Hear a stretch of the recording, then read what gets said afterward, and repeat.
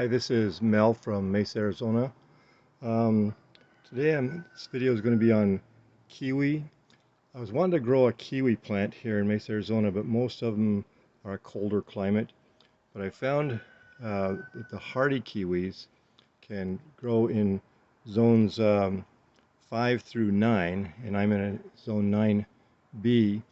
So found that there's a Anna hardy kiwi. That's the female. You also have to have a Meader for this. There is one brand, one type of hardy kiwi that doesn't have to be have a pollinator, but Anna says it does need a pollinator.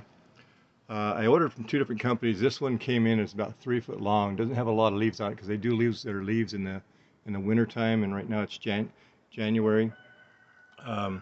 These other ones had quite a few leaves on them that just came in today. This one is the Anna. Both of this taller one is the Anna kiwi, and this one here is an Anna kiwi. Turn this over here a second. And then this one is the Meader. Now you have to have at least one Meader, which is a male kiwi. On the male, you have to have at least one male for every 6 to 10 of the females. So I've got two females, this one from one company and this one from another company. So by having the two females in that, and then the one male, I'll put the male between the two females is when I plant them, and just to see how it grows and that. But there are a smaller kiwi. This kiwi is a smaller kiwi, as you can see in the picture here. They grow in clusters on the vines and that, so they grow more in clusters, and kind of like a grape would grow. The pH of the soil, you do have to amend the pH of the soil in our area here in Maricopa County, because our soil pH is 7.5 to 8.5 in our pH here. And this kiwi, the Anna kiwi, does want a pH of around 5.0 to 6.5. Some varieties say it can go up to 7.5, but 5.0 to 6.5 is the best pH for these kiwis. The one that there is one variety, spelled ISSAI, hardy kiwi, that is self-pollinating, but it won't produce as much fruit as what the Anna kiwi will. The Anna kiwi will produce more by having the male pollinator. You do want a well-drained soil. You want to keep it moist but not wet, because if you keep it wet, it can get root rot just like any other plant. It will probably take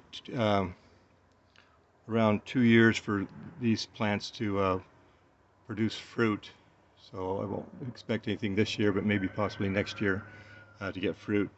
And as you can see in the picture, it is going to be a smaller fruit, kind of bite-sized. Now, this, unlike the other kiwis that are really fuzzy on the outside, this is smooth on the outside and has kind of a skin like a grape, so you can eat the whole thing. But you'd want to fertilize it with an all-purpose fertilizer. Probably a 10-10-10 would be the best. These things can grow fast. So like you can see, this one here is quite long. So you want to put up a pretty heavy trellis, because in 1 year, once they start producing fruit, they can produce, each vine could produce up to 100 pounds of fruit a year. So you want to have something, the vines can weigh about 100 pounds and the fruit can weigh about 100 pounds. So you'd want to have something that was going to support that. I'm going to fasten a wire to a fence like this block fence here, and put it I'm going to put it on the north side of the block wall here. They do like sun and that, but they can tolerate some shade and still produce fruit.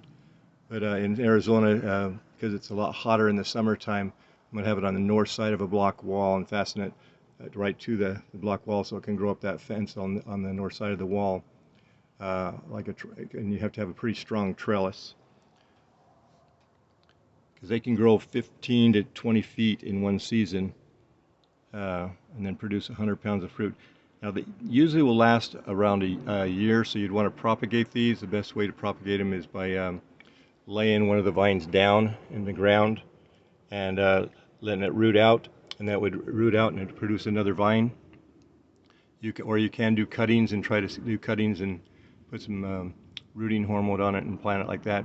So you want to, because they last about three years once they start producing, and then they'll last longer than that, but they'll start to decrease and decline the amount of kiwi that they're producing.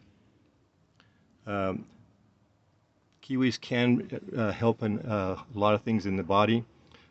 Things like digestive problems, it can improve. If you have problems with constipation, upper GI tract, it can help. And it can take away some of the pain from acid reflux, and that also alleviates some of that pain. You can grow them in a container if you want to grow them in a container, but it would probably need at least be a 20-gallon container because they do grow fast, and you'd want to shade the trunk areas down towards the bottom here from the sun, so that the sun's not hitting the trunk area, because that can cause it to burn the trunk. And that would decrease the production and possibly kill the plant if you got too much sun on the bottom part of it. They are deciduous, so they are going to lose their leaves. Like this one here doesn't have many leaves on it. They do lose their leaves in the winter time. So I'm assuming that these were grown in a greenhouse because they still have quite a few leaves on them. Normally they would come without the leaves on them when they're shipped at this time of year. But again, all you need is one male plant for up to 6 to 10 of the female plants. And if you have any questions or anything like that, you could put them in the comments. If you like this video, I'd appreciate it if you'd hit the thumbs up button and give me a thumbs up on that. I do have videos on quite a few different plants that you normally wouldn't think would be growing in the desert of Maricopa County, Arizona. So if you want to hit the subscribe button and the bell, it'll notify you of other videos I'm doing of different plants. I grow things like bananas, mangoes, papaya, guavas, Indian cluster figs, even jabuticaba, which is also known as a Brazilian grape tree. I've got videos on.